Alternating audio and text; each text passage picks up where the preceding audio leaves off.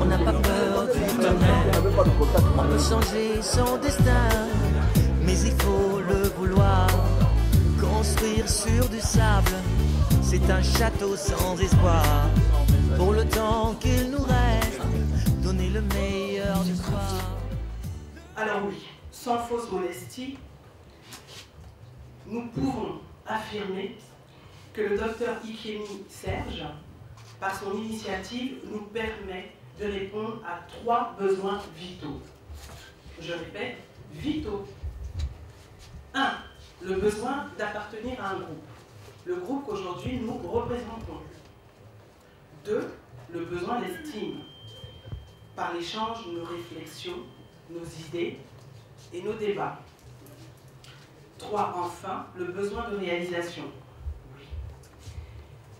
Représenté par l'aspiration intrinsèque de voir un jour se réaliser en action concrète nos réflexions d'aujourd'hui. Alors, après avoir souligné l'importance du Café des Savoirs, il faut dire que c'est aujourd'hui, maintenant, que les penseurs de notre ère, les esprits de notre société et les acteurs de notre pays doivent être. Laissez-moi donc vous présenter le thème et le déroulement de la causerie débat de ce jour. L'approche genre, historicité et avenir en thème.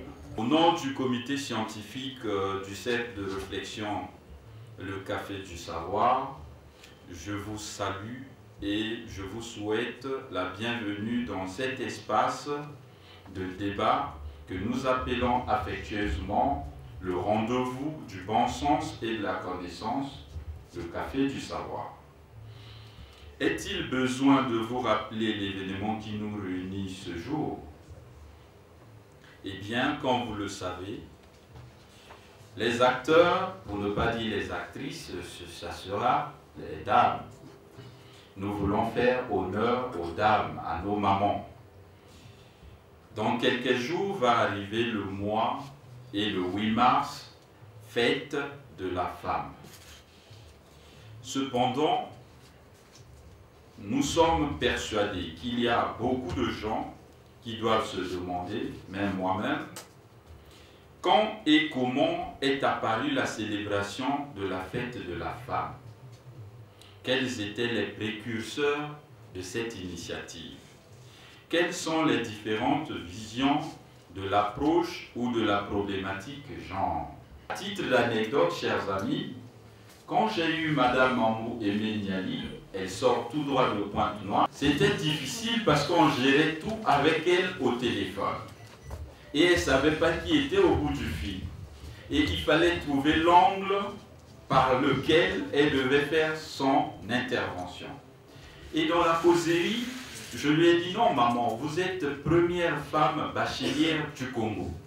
Vous êtes parmi les premières femmes députées du Congo. À 2 reprises, vous avez été ministre dans la République du Congo. Donc vous avez roulé votre bosse et vous avez une petite expérience à partager aux jeunes dames. Et donc nous avons besoin de votre expérience, maman. Elle dit, tiens, s'il y a quelque chose à dire aux jeunes filles, il est vrai que je ne suis pas mariée, mais je dirais quand même que pour réussir tout ce qu'on a fait comme parcours, il faut quand même avoir un partenaire qui t'accompagne. Hein? Il faut quand même avoir un partenaire qui t'accompagne. Puisse-t-il un ami, un mari ou un fiancé, mais qui vous accompagne et qui vous appuie dans cette action. J'ai dit, maman, vite fait, j'ai sauté sur ça, j'ai dit, ça nous intéresse de partager cet avis-là avec les jeunes dames. Je voudrais en premier lieu remercier les responsables du Café du Savoir pour m'avoir fait l'honneur d'assurer la modération de la conférence d'aujourd'hui qui porte sur un thème très important Et quand j'ai dit à mes chefs que je ne pourrais pas être là parce qu'aujourd'hui à l'université c'est la journée de salubrité, et tout le monde est en train de travailler, j'ai dit je ne peux pas venir. J'assure la modération sur le thème. On dit, ah, ça nous aurait étonné que vous n'y soyez pas. Mais en fait, je prends ça de bon cœur parce que ça montre que la lutte dans laquelle nous nous sommes engagés, nos aînés et mes amis de ma génération, les jeunes qui sont après, qui nous viennent après nous, bah, cette lutte a enregistré des avancées et on ne croise pas les bras, on continue. On continue. Le flambeau, nous le transmettons de génération en génération et donc c'est pour cela que je m'en vais remercier très sincèrement mon jeune collègue Serge Ikemi pour avoir eu cette idée. Je suis Virginie Dessabeka, actuellement chargée des enseignements, comme elle a souligné, à l'université Marien Gwabi. Donc je compléterai simplement le propos de Madame Ndinga en rajoutant que je suis internationaliste de formation. Donc mon travail, c'est de comparer les systèmes juridiques et je suis également la secrétaire générale de l'Association des femmes juristes du Congo. Donc voilà pour l'essentiel ce qu'il y a à dire sur Virginie Dessabeka, et j'oubliais que je suis aussi secrétaire du Forum des femmes de la région des Grands Lacs, section Congo. Je vais d'abord commencer par une définition du concept. Le mot genre est la traduction du mot anglais gender, G-E-N-D-E-R. Ce terme, il est apparu pour la première fois dans la littérature féministe, notamment à l'année 1972, dans un ouvrage d'Anne Oakley, qui est une sociologue anglaise. Et cette expression s'est progressivement répandue à partir des années 80. Qu'est-ce que c'est que le genre? Alors, le genre se propose de faire la distinction entre la dimension biologique, le sexe, et la dimension culturelle, le genre. Cette notion permet de mettre en évidence le fait que les rôles féminins et masculins ne sont pas déterminés à la naissance et ne sont pas voués à ne jamais changer. Je m'explique. Vous entendrez souvent, et certains d'entre nous ont lu ces phrases, les femmes doivent s'occuper des tâches ménagères et des enfants, la politique ou la direction des entreprises sont des domaines réservés aux hommes, etc. Le genre privilégie les relations entre les hommes et les femmes, étant donné que l'on ne peut définir les uns que par rapport aux autres. L'histoire du genre, dans le contexte international, cette proclamation est réaffirmée par l'Assemblée générale des Nations unies lors de la proclamation à Paris, le 10 décembre 1948, de la Déclaration universelle des droits de l'homme. La matérialisation de cet engagement de la communauté internationale est concrétisée notamment par la Déclaration sur l'élimination de toutes les formes de discrimination à l'égard des femmes de 1967, la proclamation de l'année 1975 comme étant l'année internationale de la femme, la proclamation à la suite de la réunion de Mexico de la décennie des Nations Unies 1976-1985 pour la femme axée sur l'égalité, le développement et la paix, l'adoption en 1979 de la Convention sur l'élimination de toutes les formes de discrimination à l'égard de la femme, la CEDEF. Le 8 mars 1977, l'Organisation des Nations Unies adopte une résolution enjoignant ses pays membres à célébrer la Journée des Nations Unies pour les droits de la femme et la paix internationale, que nous appelons depuis Journée internationale de la femme et que nous apprêtons à célébrer dans les semaines qui suivent. Les défis actuels de développement et les enjeux derrière la mondialisation ont conduit beaucoup de chercheurs, pour la grande partie d'entre eux, ou plutôt d'entre elles, c'était des féministes, qui ont questionné les programmes et les stratégies existants, non seulement pour faire entendre la voix des femmes, donc pour les questions de participation, mais aussi pour rechercher une équité et une justice sociale à l'échelle planétaire. Et c'est ainsi que l'approche genre est devenue un outil au service du développement. Et aujourd'hui également, il est de plus en plus démontré que sans une prise de conscience réelle de la nécessité de résoudre les inégalités de genre, sans prise en compte réelle des besoins différenciés des hommes et des femmes dans les politiques de développement, tous les efforts consentis seront vains dans le long terme. Et il faudrait quand même qu'on reconnaisse la place grandissante de l'approche genre et donc les avancées qui sont en train d'être faites au niveau mondial et au niveau national. Déjà par la diversité et le nombre croissant des ouvrages existants sur la thématique. En 1995, le PNUD a sorti un rapport mondial sur l'égalité des sexes qui a été vraiment une innovation dans ce sens qu'il a présenté pour la première fois. Il essaie de prendre en compte les inégalités de genre en définissant l'indicateur sexo-spécifique de développement humain, l'ISDH, et l'indicateur de participation des femmes, IPF. Donc on assiste à la création des programmes universitaires de formation de 3e cycle sur le genre. Par exemple, à l'université de Makerere en Ouganda, où c'est la première fois qu'on a une formation, un cycle master en économie et genre.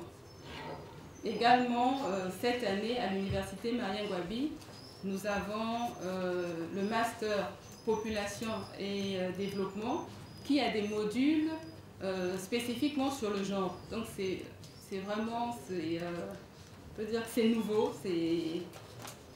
Il y a eu des centres d'information et de formation sur le genre au Canada, aux États-Unis, là au Sénégal avec l'IDEP. Alors, une petite correction cependant, je ne suis pas la première bachelière du Congo, c'est Madame Hélène Bouboutou qui est la première bachelière. Moi, je suis la première bachelière du lycée Savonian de Brazza, où à l'époque, toute l'AF venait passer le baccalauréat, que ce soit les Gabonais, les Tchadiens, les Centrafricains, tout ce monde-là passait le bac à Brazzaville. Et je suis la première femme à avoir donc passé le bac au lycée Savonian de Brazza, ici, donc la première de l'AEF en fait.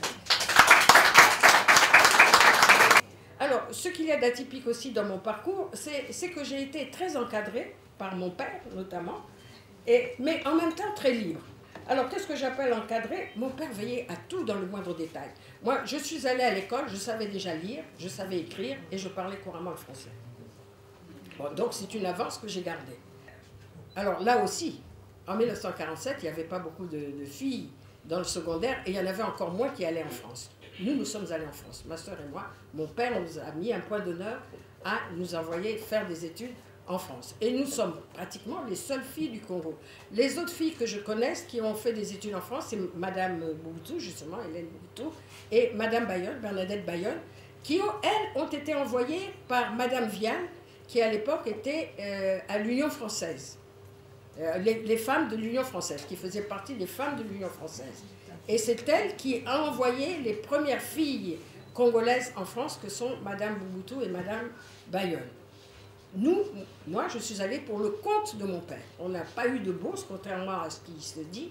Nous n'avons pas eu de bourse. Alors ça aussi, c'est exceptionnel. Que des parents se saignent pour envoyer des filles en France en 1947, je crois que ça aussi, ça n'est pas courant. Bon. Alors, donc, à côté de ça, j'ai eu une enfance et une adolescence extrêmement libre.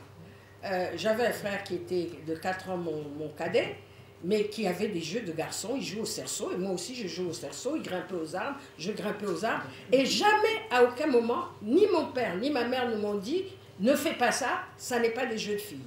Moi, j'ai été élevée vraiment très librement. Je jouais avec les garçons, je faisais la même chose que les garçons, et jamais on ne me l'a fait remarquer. Quand je dis que c'est un parcours atypique, parce que j'ai eu une chance inouïe d'avoir des parents que j'ai eus, qui m'ont facilité toutes les choses. Et après, évidemment, ça m'a ouvert la voie à tout ce qu'une femme pouvait désirer à l'époque. Bon, ce qui fait que moi j'ai échappé à ce que cette espèce de déterminisme qu'on trouve dans Simone de Beauvoir, où elle dit que l'évolution de la femme est conditionnée par 3 facteurs: la société dans laquelle elle vit, l'éducation que la société lui impose et la situation que cette société fait à la femme. Donc, voyez-moi, la société dans laquelle je vis, j'étais tout à fait en dehors. Hein, l'éducation que la société impose à la femme, moi, j'ai reçu une éducation, disons, de femme occidentale. Hein, quand je suis allée en France, bon, j'ai fait du piano, j'ai participé à des tas de choses qui n'ont pas été données à tout le monde. Alors moi, je vais résumer en parlant donc de mes combats et de mes victoires selon l'approche genre. Alors, il faut dire que j'ai eu beaucoup de victoires, mais ce ne sont pas des victoires qui ont été octroyées. Il a fallu effectivement se battre, il a fallu travailler, que ce soit au plan professionnel, au plan associatif, ainsi qu'au plan personnel et familial.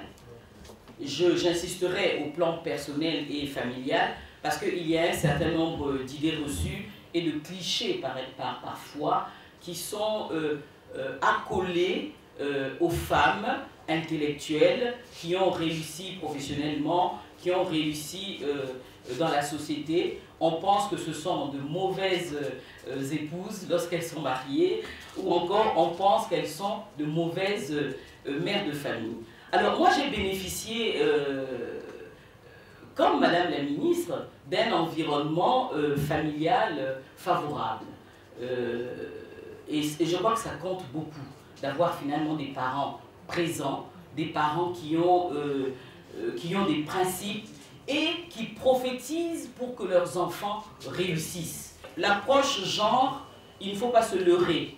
Il est bon également de s'impliquer au plan associatif, parce que, qu'on le veuille ou non, au plan associatif, on apprend la combativité et à ce moment-là, on s'intéresse à toutes les questions qui sont nécessaires pour contribuer justement au développement de la junte féminine, d'abord, mais des citoyens en général. Alors moi, très tôt, je me suis intéressée à la vie associative, puisque je suis cofondatrice de l'Association des femmes juristes du Congo, qui a été créée en 90, et j'en profite pour rectifier que cette association créée en 90 n'a pas été créée à côté de l'URFC, mais c'est une association qui a été la première dans l'histoire du Congo à oser se mettre en place alors que nous étions à l'époque sous le monopartisme, mais qui était encore très très fort.